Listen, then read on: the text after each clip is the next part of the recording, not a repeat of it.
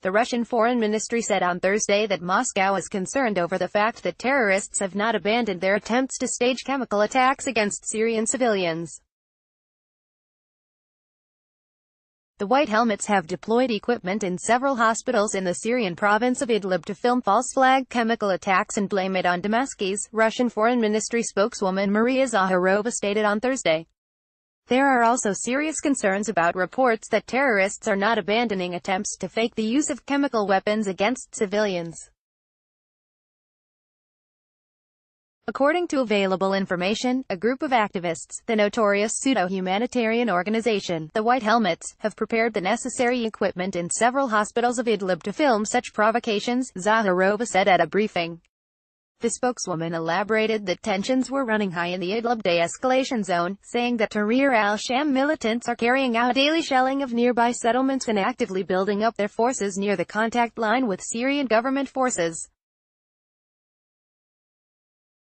Read more. White Helmets engaged in looting, human organ trafficking in Syria. Watchdog Moscow and Damascus have on a multitude of occasions pointed out that the White Helmets have staged a number of provocations in Syria involving the use of chemical weapons in order to blame them on the Syrian government and provide Western countries with justification for intervention in the Arab Republic.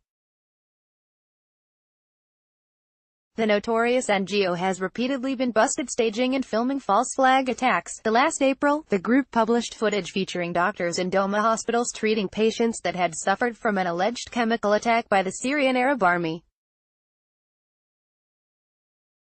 Reports of the purported use of chemical agents in eastern Ghouta surfaced on 7 April 2018 in some media, citing militants on the ground.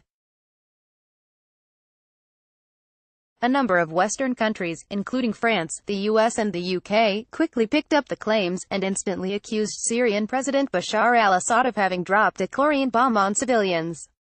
Damascus vehemently denied the allegations, denouncing the attack as a staged provocation to justify potential foreign intervention.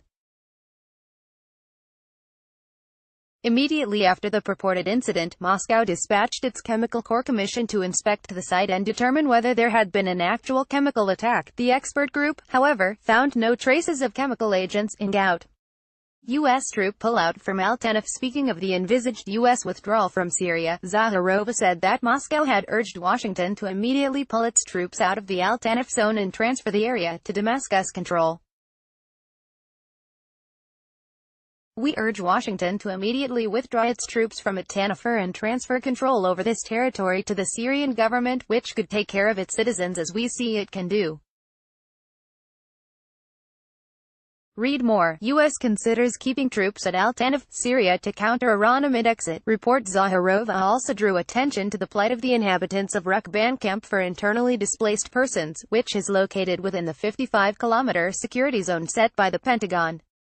The full responsibility for the depressing situation in the camp is borne, of course, by the United States, which illegally occupies this zone, and secondly, deploys its military base there, regularly providing material and technical support while not contributing to the delivery of food and medicine to the residents of Rukban. It is necessary to immediately take measures to resettle the camp, she noted. Last week, Foreign Policy magazine reported that the U.S. was considering keeping some troops in its strategic base in southeastern Syria, Al-Tanf, to prevent Iran from establishing a ground line of communications from Iran through Iraq through Syria to southern Lebanon in support of Lebanese Hezbollah. The development came a month after U.S. President Donald Trump declared victory over Daesh * and subsequently announced a full and immediate troop pullout from the Arab Republic.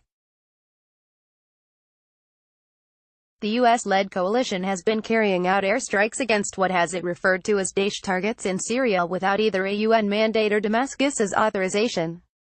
The Syrian government has repeatedly denounced their military presence is illegal, demanding that the American forces leave the country and withdraw from the Al-Tanf base. Daesh, also known as ISIL, Islamic State, is a terrorist group banned in Russia and many other countries.